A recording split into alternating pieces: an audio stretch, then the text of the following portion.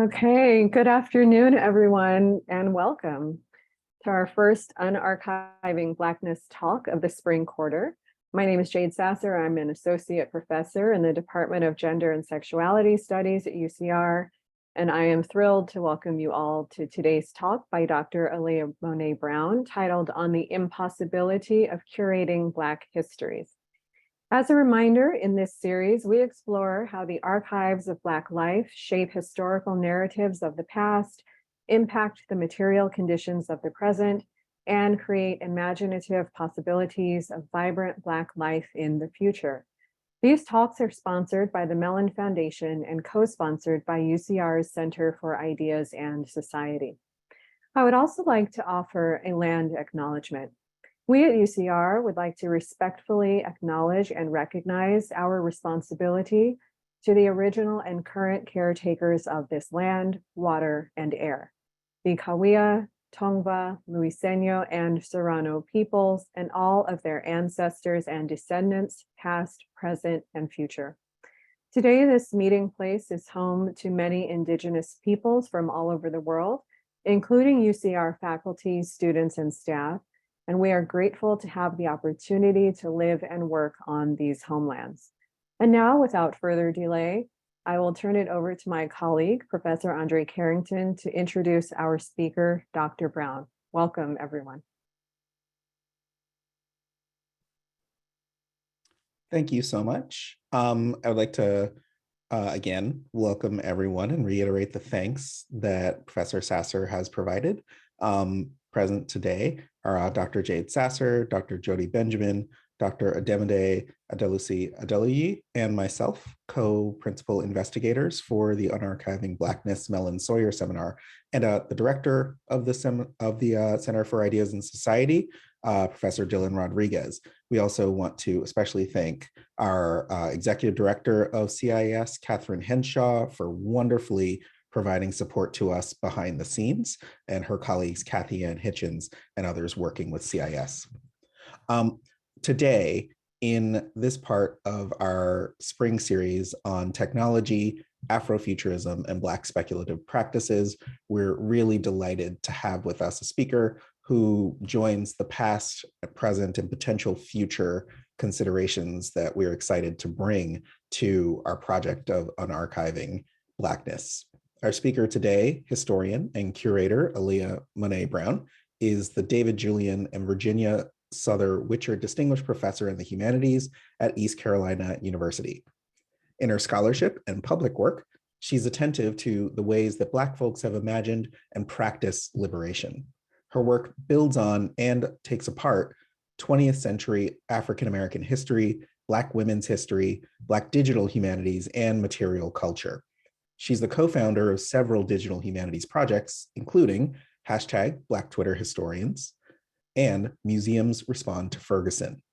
She was also previously assistant director of the African American History, Culture, and Digital Humanities Initiative at the University of Maryland College Park. Brown came to East Carolina University after serving as vice president of programs and chief curator at the National Women's History Museum, where her main responsibility involved developing exhibits and strategies for interpreting women's history in the United States. So she knows whereof she speaks. In a chapter of the book Folk Life in Museums, 21st Century Perspectives, Brown writes, "The work of examining racial politics in museums is a long-term commitment. It requires time, integrity, intellectual curiosity, and openness. To make substantial progress, the 21st Century Museum will need to activate a genuine interest in museums that live up to organizations' purported commitment to diversity and inclusion. That genuine action starts with a conversation that looks at how museums have been lenses of the ingredients that made contemporary events like Ferguson possible." Brown's current manuscript project, Disrupting the Loop of Recovery, Black Women, Textile Art, and Political Thought, evinces the solidarity economy that developed alongside collaborative aesthetics in the 1960s Alabama Black Belt and Mississippi Delta regions. We're delighted to hear from Dr. Aleia Monae Brown today and to learn about the work that Black textile workers have done in the past to prepare us and to remember the future. Thank you. Thank you. Thank you for that wonderful introduction. If you all just give me a moment, I'll share my screen with you all. Okay.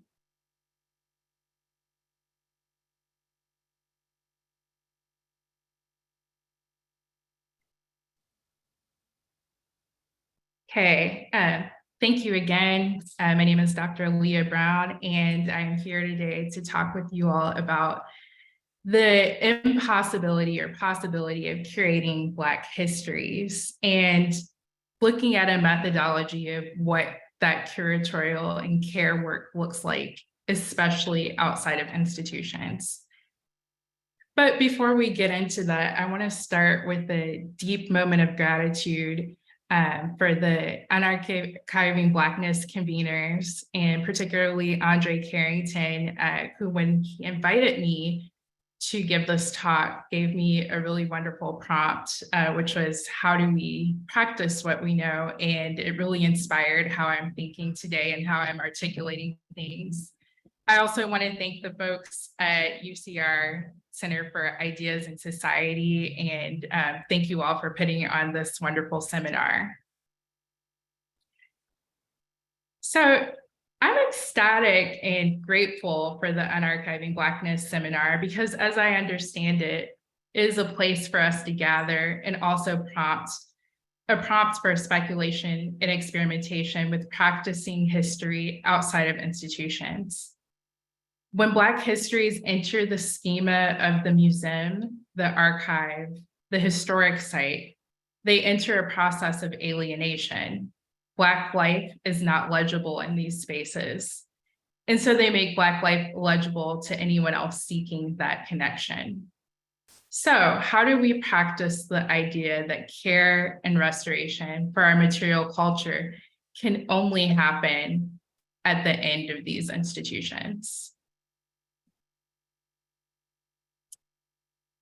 In 2015, when I was the curator of African American and African history and culture at the Michigan State University Museum, I had the monumental task of acquiring the Dr. Carolyn Mazlumi Women of Color Cultures Network collection.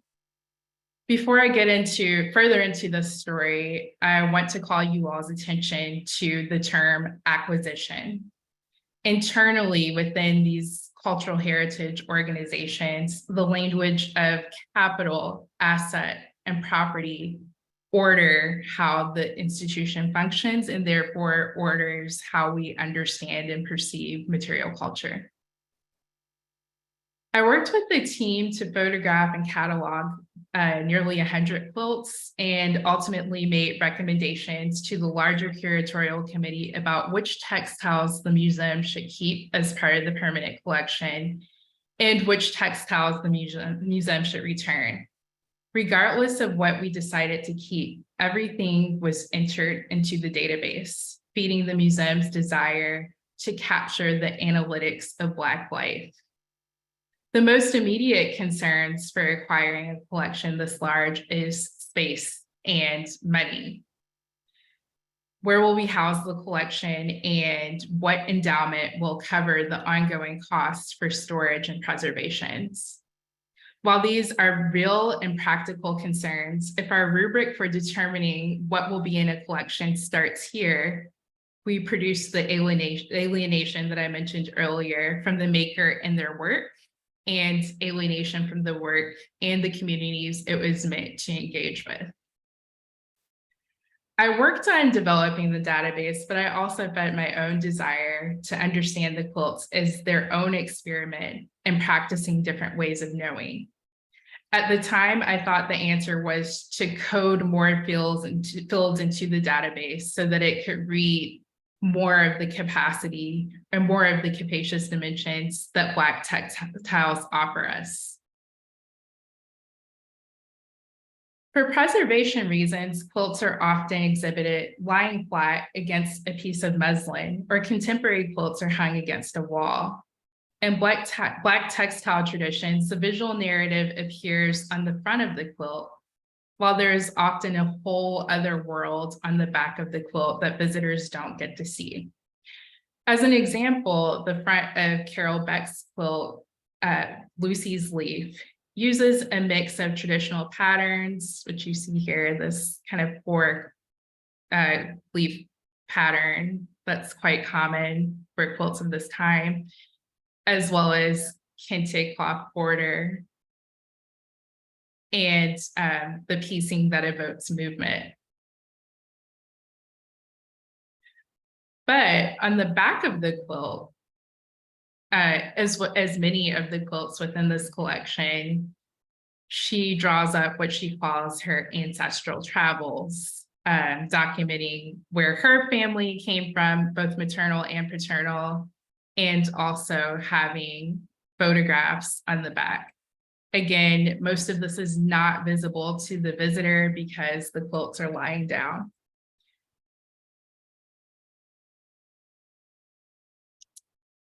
For the database, Marjorie Diggs Freeman's quilts, Carolyn Maslumi fits into the classification of what we call a portrait quilt. So it's what you might imagine. It's usually a portrait of a person, sometimes very literally, but also figurative or more abstract portraits.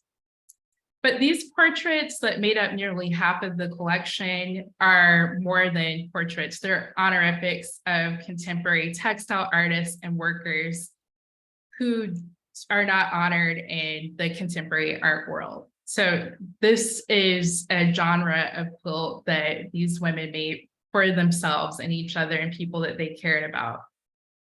Their attempts to holistically acknowledge the people who practice honoring beauty in Black quotidian life in spite of predation, extraction, and theft.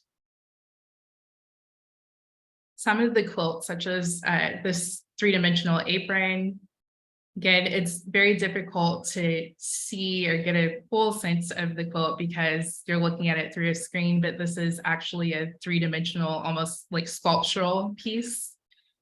But in any case, it is Cleola Wilbekin's Mama's Apron, which honored her mother and all domestic workers as the foundation of life and work in the United States. By using the database to qualify these quilts, we are alienated from the value that they put on them themselves and the value they had in making the work. In the exhibition process, we prioritize only seeing the front when the backs of the quilts actually contain the most rich historical information in terms of genealogy and also in terms of broader histories and historical thinking. And this is the final quilt that I'll show before I get more into the process of acquiring a collection. So this is Lauren Austin's Empty Bassinet, and it's one example of another sculptural work. So this is actually a 3D piece. This quilt is about 30 pounds because 30 pounds because of all the fabric and trapunto techniques that she used to build the quilt. The bassinet is 3D, and also on the back of the quilt are satchels of healing herbs and recipes for essential oils used to overcome grief. So the quilt was another form of different alternative ways of knowing and multi-generational knowledges of healing modalities.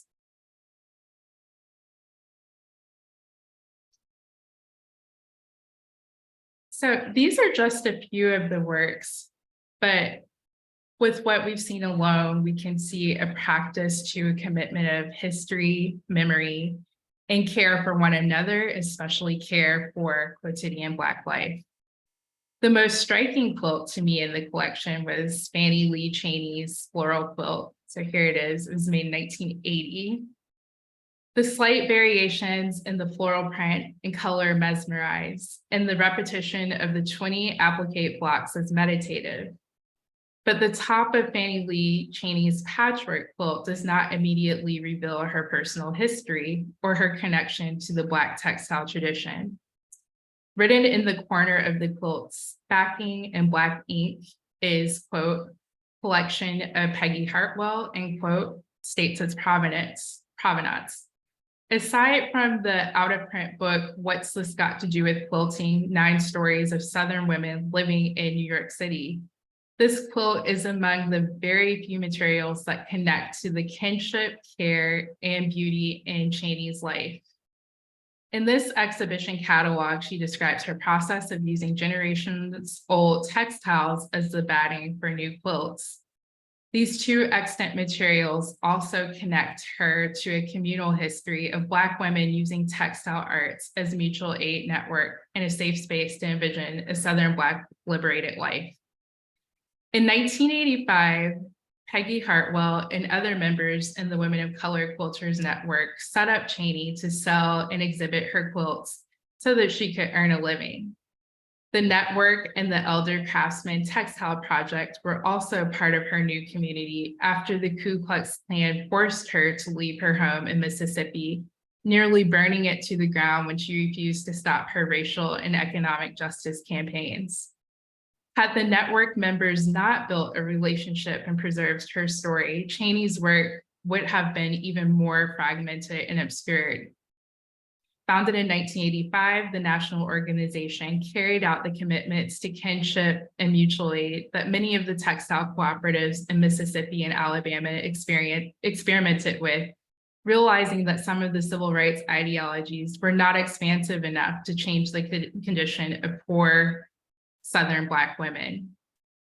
We know Fannie Lou Chaney as the mother of James Chaney, the Congress of Racial Equality organizer that the Ku Klux Klan killed during the Freedom Summer. But this quilt was a world of her own making and demonstrated her other relationships.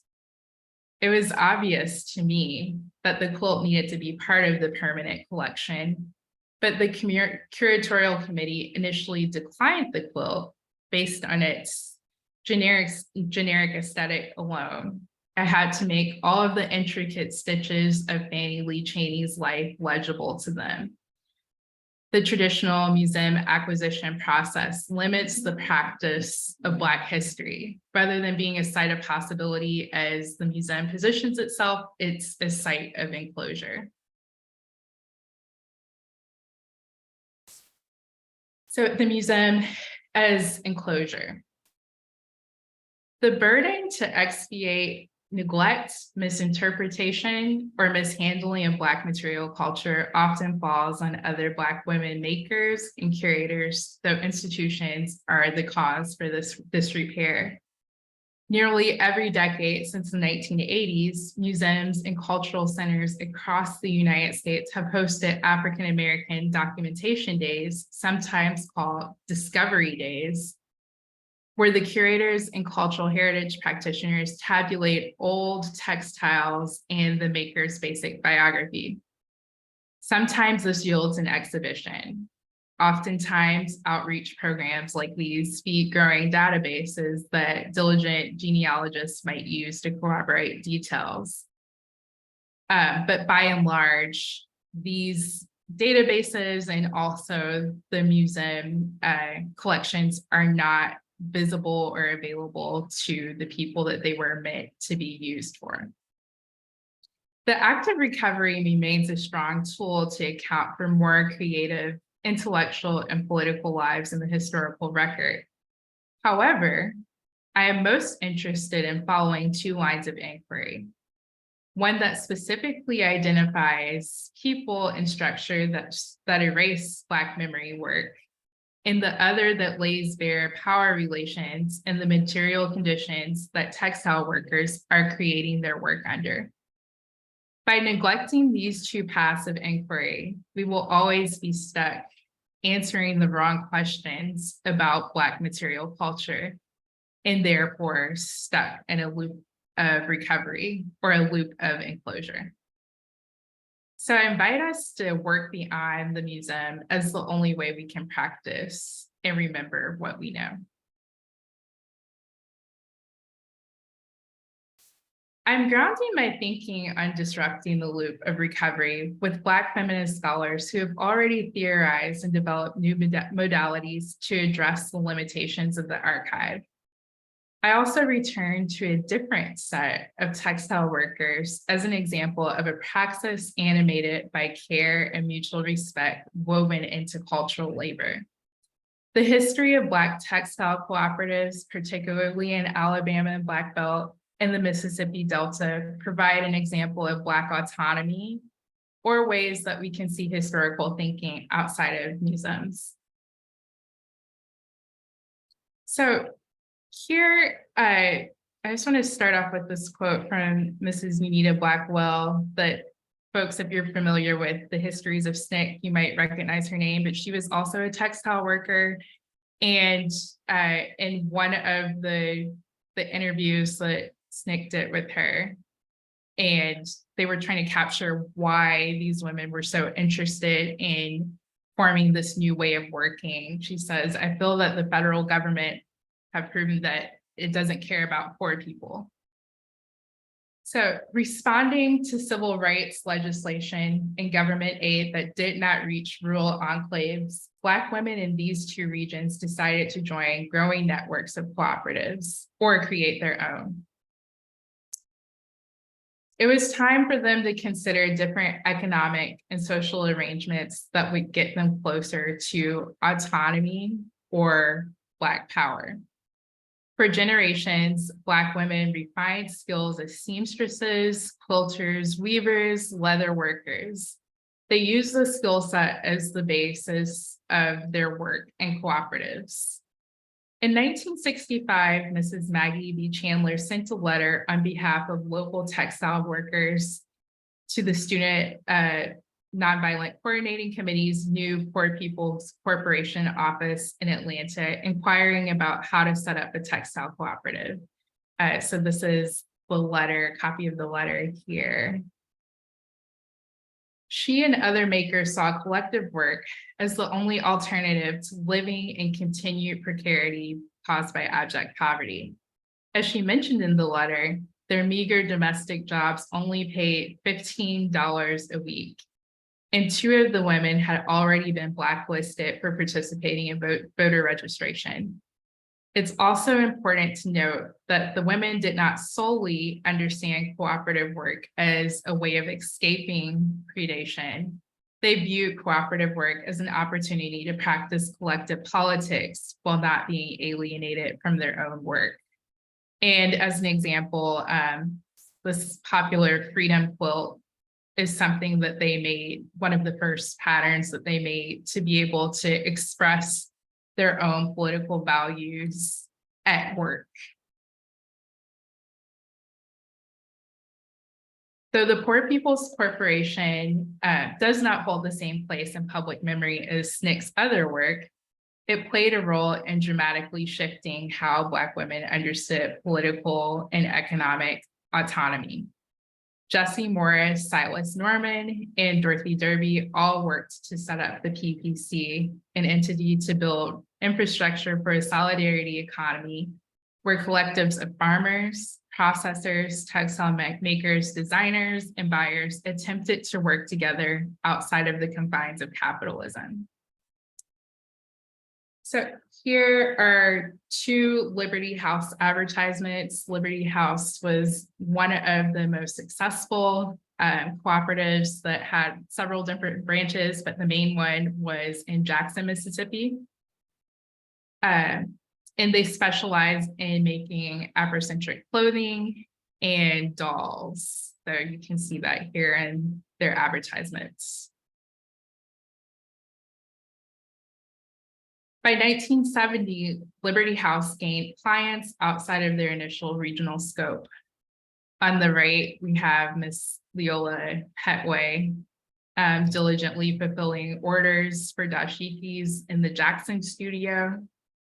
And in this photo here is Doris Derby showing off the clothing, the dolls, a leather purse, and the beaded baskets at a craft fair in Los Angeles. So by this time, they were able to move further west, in addition to maintaining a business in Jackson.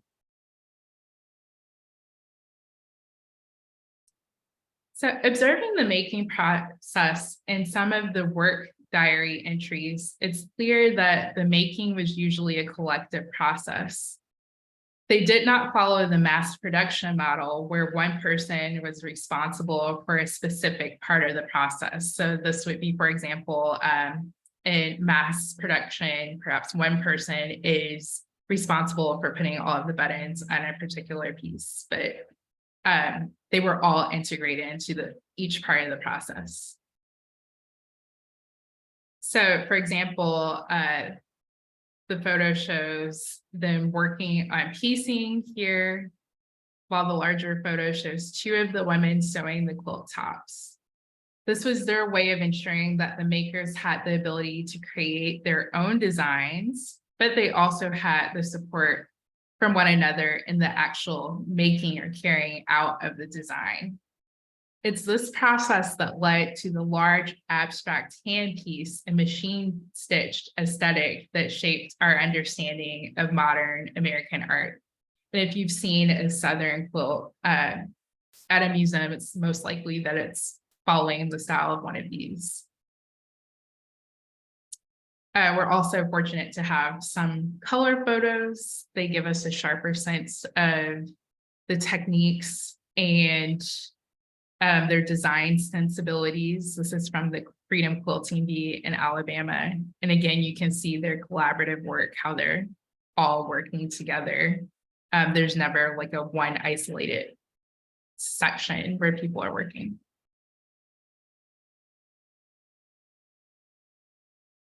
The PPC supported cooperatives that had all made it to 5 years, all expanded beyond the idea of a regional solidarity economy. Here in this basic organization chart, we see that Liberty House started supplying crafts in New York. By 1972, the Freedom Quilting Bee inked a deal with Sears and Roebuck. While the expansion brought a windfall of orders and income, it also changed the way they worked and their aesthetic. Sears and Roebuck ordered a first run of 100,000 corduroy shams, which someone is making here, within a few months turnaround. This meant that the makers had to quickly adapt and transition from their large abstract quilts and bespoke clothing to small standardized designs that individuals could crank out as hourly work. So you can kind of see what's happening here, that they went from being able to have their own artistic and political ethos, and then now they are getting captured into a mass productive type of work. The textile makers in Mississippi also had to make a transition. By 1972, white liberals in New York here had become their most significant consumer base. While they appreciated the abstract aesthetic, the designs that incorporated kente cloth and mud cloth, or notions that they thought incited Black power, did not sell well into the 1970s.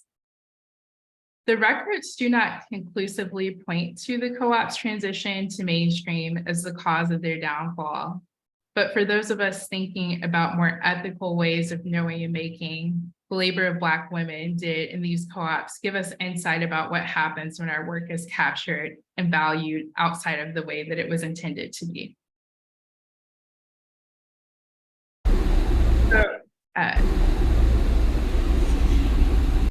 One of the ways that I have been speculating and thinking about preserving and presenting this history is also through augmented reality.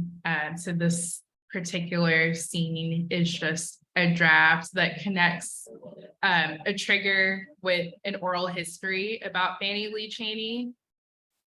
I don't think the volume is working, so I'll just give you all an overview of the oral history that's happening here.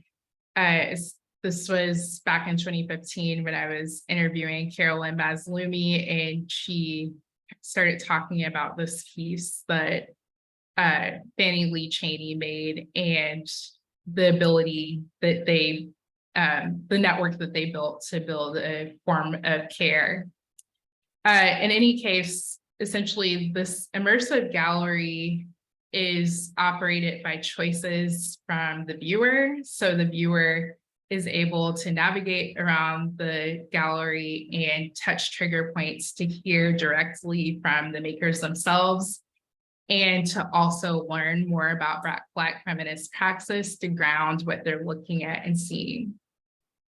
The inspiration for this gallery came from a coding seminar that I did with Ayana Zaire, who's the founder of CETA School, a training program that teaches Black feminism alongside coding.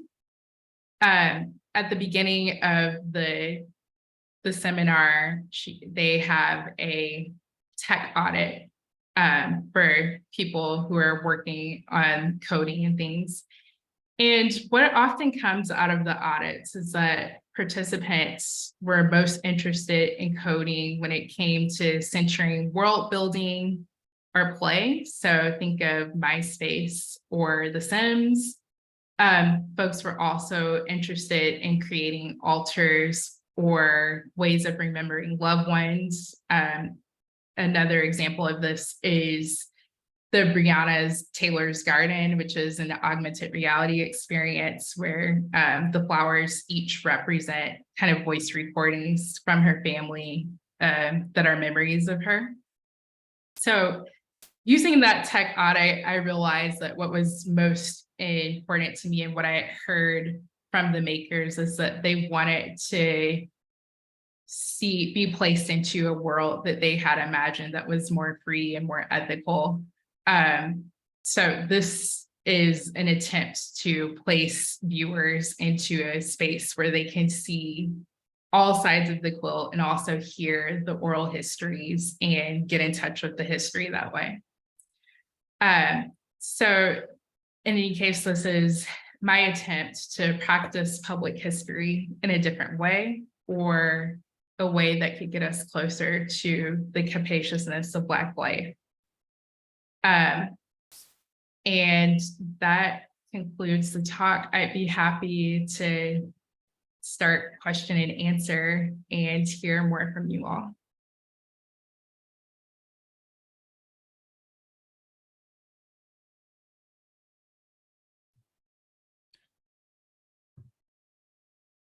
Thank you, Dr. Brown. This is absolutely stunning original research to share with us, and we are so grateful